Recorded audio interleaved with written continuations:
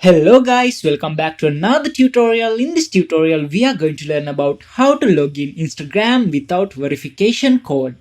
Open your Instagram app.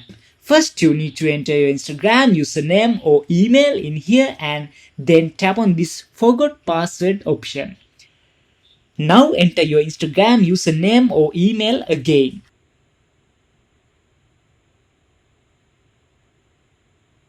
After that, you need to click on this Find Account button.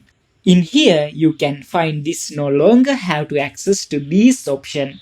So, tap on it. Click on this Try Another Way option. So here you need to select this the login code was sent to option and tap on the next button in the bottom.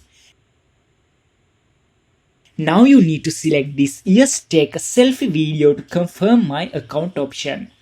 After tapping on this button in the bottom, Instagram will send an email within few hours. So then you can verify your account is yours by providing a selfie, ID or passport photo. And this way you can retrieve your account without a verification code. Hope this video was helpful for you guys. See you in the next video.